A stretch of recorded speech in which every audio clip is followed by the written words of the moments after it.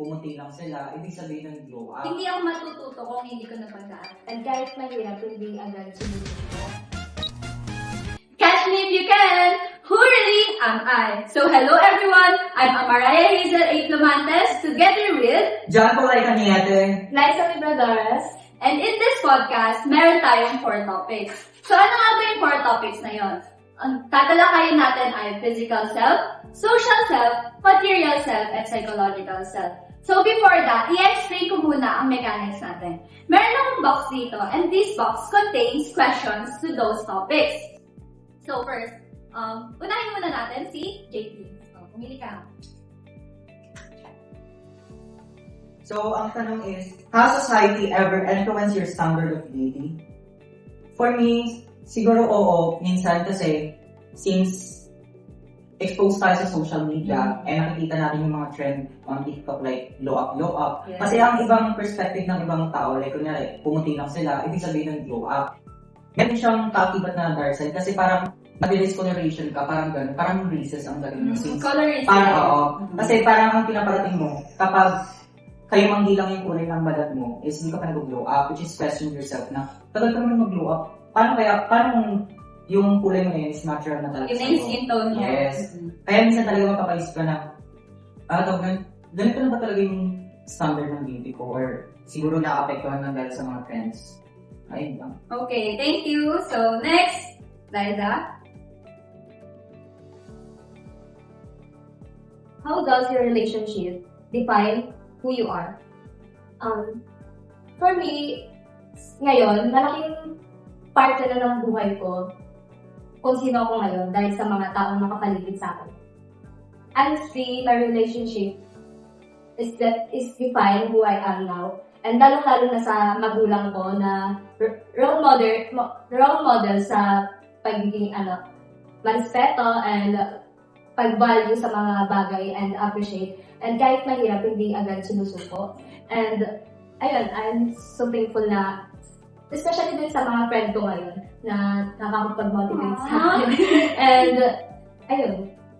Siyempre, family talaga una natin nakakasama. Yes. So, sa kanila talaga natin nakukuha yung ugali na. So, siyempre, magpapatalo ba ako? Ito na. Question. So, ito. Do you ever find yourself defining your worth based on what you own? Ako, syempre, hindi naman may iwasan yun kasi katulad nga nung relationship ng parang social media sa beauty, ganun din tayo na pag dinedefine natin yung sarili natin like sa mga bagay. Example na lang, pag may iPhone ka, mayaman ka, yung mga ganyan. Pero, personally, I think my worth is not focused on that kasi I am more than what I own, I am more than my mistakes, and I am more than what people think I am. Yun lang. So, akala niyo ba tapos na tayo? Meron pa ako dito sa bulsa ko. Ay, wala na dito sa bulsa. Tumalo na siya. So, itong question na to ay para sa ating lahat. Ito. Do you think your past defines you? If given a chance to go back, would you change it? So, mag-start muna tayo, Liza. My past is defining me. Pwedeng oo and pwedeng hindi. Kasi nakatulong din siya sa akin yung past ko lalo-lalo na sa mga mistakes ko.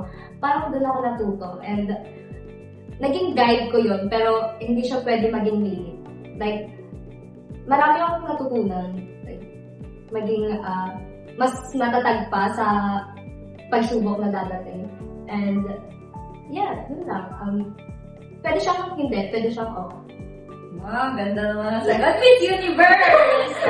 Thank you. For me naman, mas malaki din kasi ang impact ng past mo kung sa kung ano ka ngayon. Kasi yun yung dinag mo throughout your journey. Yes, yes. Pero kung babalikan ko yung mga experiences ko before, ang masasabi ko, hindi ko na siya babalikan kasi nga, past is past. Hindi ko na lang talaga mag-move forward and i-accept kung ano yung mga nagawa mo before. Acceptance is the key kasi Yes.